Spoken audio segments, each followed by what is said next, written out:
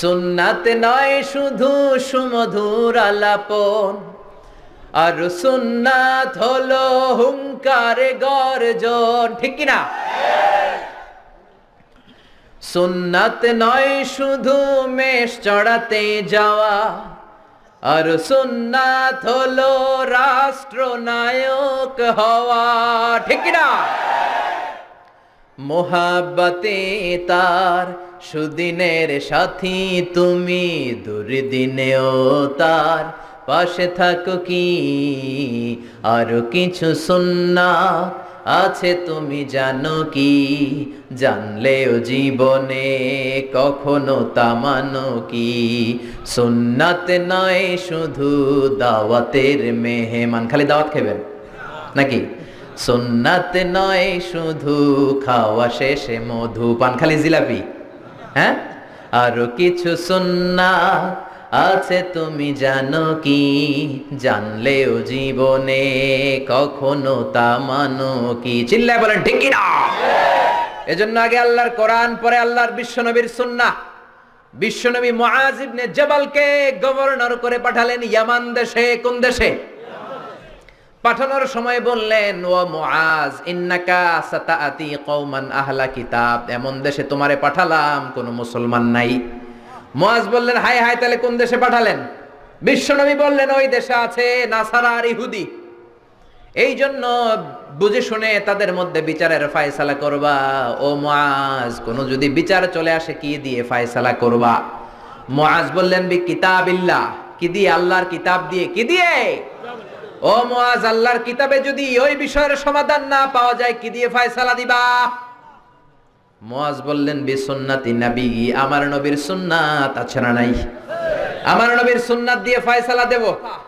এজন্য আল্লাহ বললেন, লা তুকদ্দিমু বাইনা ইয়াদাইল্লাহি ওয়া রাসূলিহি ওয়াত্তাকুল্লাহ ইন্নাল্লাহা সামিউন আলীম। সুবহানাল্লাহ। এরপর আল্লাহ বললেন, ইয়া আইয়ুহাল্লাযীনা আমানু লা তারফা'উ আসওয়াতাকুম ফাওকা সাওতিন নবী। ও মুমিনেরা শোনো শোনো, তোমাদের কণ্ঠ যেন কোনোদিন নবীর কণ্ঠের চাইতে বড় হয়ে না যায়। কে বললেন? কে বললেন? আল্লাহ। বুঝতেছেন কথা কি বোঝা যায়? ও মুমিনেরা শোনো, নবীর কণ্ঠের চাইতে তোমাদের কণ্ঠ যাতে বড় না হয়। ও সাহাবারা, আমি আমার নবীকে তোমাদের কাছে রেখেছি। আমার নবী তোমাদের সাথে ঘুরে, আমার নবী তোমাদের সাথে জিহাদে যায়, তোমাদের সাথে নামাজ পড়ে। তার মানে এই না নিজেরা নিজেদের সাথে যেমন আচরণ করো নবীর সাথে ওই রকম আচরণ করা যাবে নাকি?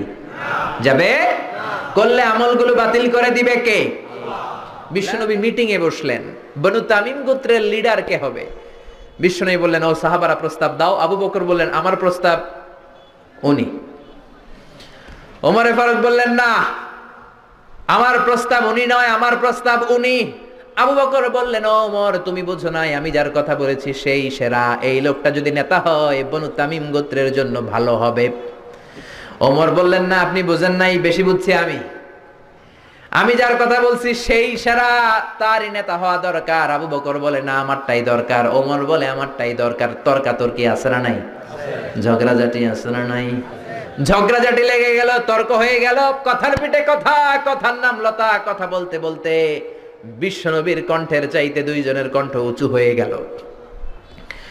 বিশ্বনবীর গলার আওয়াজের চাইতে দুই সাহাবীর গলার আওয়াজ যখন উঁচু হয়ে গেল, আল্লাহ সহ্য করলেন না, ধমক দিয়ে আয়াত নাজিল করলেন, লা তারফাউ আসওয়াতাকুম ফাওকা সাওতিন নবী। খবরদার, আমার নবীর দরবারে বড় গলায় কথা বলা যাবে না।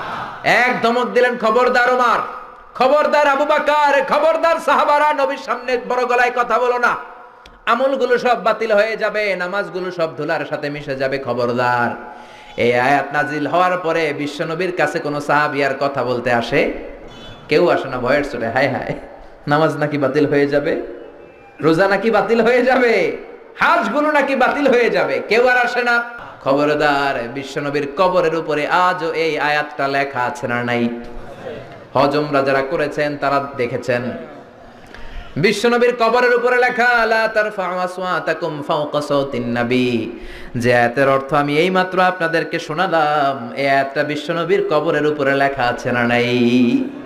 ছোট্ট একটু জায়গা, পুরো মসজিদে নববীর কার্পেট লাল কালারের। কোন কালারের? শুধু এই জায়গাটা সাদা কালারের, সাদা কার্পেটিং করা। বিশ্বনবী বলতেন মা বাইনা মিম্বারি ওয়া বাইতি রাউদাতুম মিন রিয়াদিল জান্নাহ, আমি যেই মিম্বারে দাঁড়িয়ে জুমার খুতবা দেই, এই মিম্বার থেকে আমার ঘর পর্যন্ত জায়গাটা দুনিয়ার বুকে জান্নাতের টুকরা। প্রচন্ড ভিড় হয় এখানে নামাজের জন্য। আমি মধ্যরাতে, গত রমজানের আগে ছিলাম মদিনায়, মধ্যরাতে গেলাম, যে দেখি খুব ভিড়, দাঁড়ালাম, 50 জন 60 জন করে ঢুকলাম, ঢুকেই একটা জায়গা পেয়েছি নামাজের, উপরে লেখা মাকান তাহাজ্জুদি রাসূলিল্লাহ, রাসূলের তাহাজ্জুদের নামাজের জায়গা। মানে এখানে রাতে তাহাজ্জুদ পড়তেন। প্রাণটা ভরে 2 রাকাত নামাজ পড়লাম, তারপরে আবার প্রথম কাতারে মানুষের সাথে ধাক্কাধাক্কি করে হাঁটতে শুরু করলাম।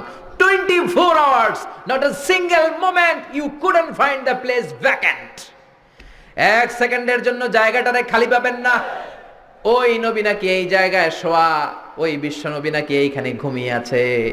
এই চিন্তাটা যদি কারো মাথায় ঢুকে, কারো নিজেকে সামলানো সম্ভব, নিজেকে ধরে রাখা সম্ভব না। হাঁটতে শুরু করলাম, বুক ফেটে চিৎকার আসে, চিৎকার মেরে নবীর ডাক দিতে মন চায়, কিন্তু বিশ্ব নবীর কবরের উপরে লেখা লা তারফাউ আসওয়াতাকুম ফাওকা সাওতিন নবী, খবরদার, এটা নবীর দরবার, নবীর দরবারে বড় গলায় কথা বলা যাবে, বললে আমলগুলো বাতিল করে দিবে কে?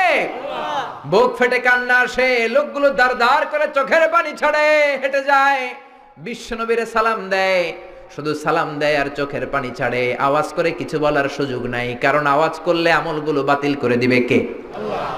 তারপরে সামনে হাঁটলে পাবেন আপনি সাইয়েদনা আবু বকরের কবর, তারপরে সাইয়েদনা ওমর ফারুকের কবর, এরপর বাবুল বাকি দিয়ে বের হলে জান্নাতুল বাকি, মাকবারাতুল বাকি আছে না নাই?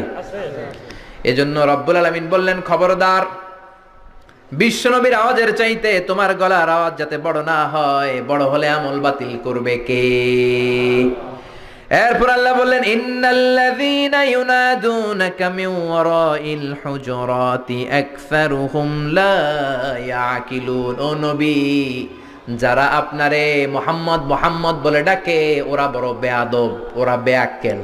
ধমক দিলেন আল্লাহ, সুবহানাল্লাহ। আল্লাহ বললেন খবরদার, যারা নবীকে বেয়াদবের মতো এরকম ডাকে, ওদের কোনো আকল নাই, ওরা বেয়াক্কেল। ওরা কি? ওরা কি বেয়াক্কেল? বুঝেন তো 14 গ্রামে, হ্যাঁ, মুখ মাফি, আকল নাই, বেয়াক্কেল। আল্লাহু আকবার।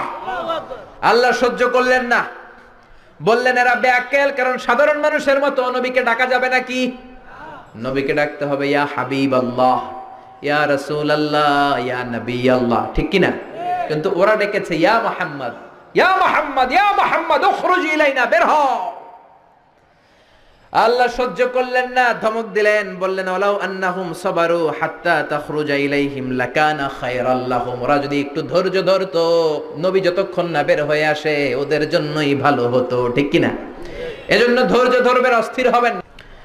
এজন্য আল্লাহ বললেন ইয়া আইয়ুহাল্লাযীনা আমানু লা তাদখুলু বুয়ুতান গায়রা বুয়ুতিকুম হাত্তা তাস্তানিসু ওয়া তুসাল্লিমু আলা আহলিহা, ও মুমিনেরা শোনো, কারো বাড়িতে যদি যাও, কারো সাথে যদি দেখা করতে যাও, 3 বার সালাম দিবা। কয়বার? অনুমতি চাইবা, সালাম দিবা, যদি ঢুকতে বলে ঢুকবা, তা না হলে বের হয়ে যাবা। সুবহানাল্লাহ। প্রাইভেসি ইন ইসলাম, প্রত্যেকের ব্যক্তিগত বিষয়কে কত গুরুত্ব দিয়েছে ইসলাম। আল্লাহু আকবার। এক সাহাবী বললেন ইয়া রাসূলুল্লাহ, এই দুনিয়ায় আমার কেউ নাই আমার মা ছাড়া, আমার ঘরে মাত্র 2টা ঘর, এক ঘরে থাকে আমার মা, আরেক ঘরে আমি কি আমার মায়ের ঘরে অনুমতি নিয়ে যাব নাকি? বিশ্বনবী বললেন তুহিব্বু আন তারাহা উরিয়ানা, তুমি কি তোমার মাকে উলঙ্গ দেখতে চাও নাকি? Do you want to see your mother naked? তুমি কি তোমার মারে নেকেড দেখতে চাও, কাপড় ছাড়া দেখতে চাও?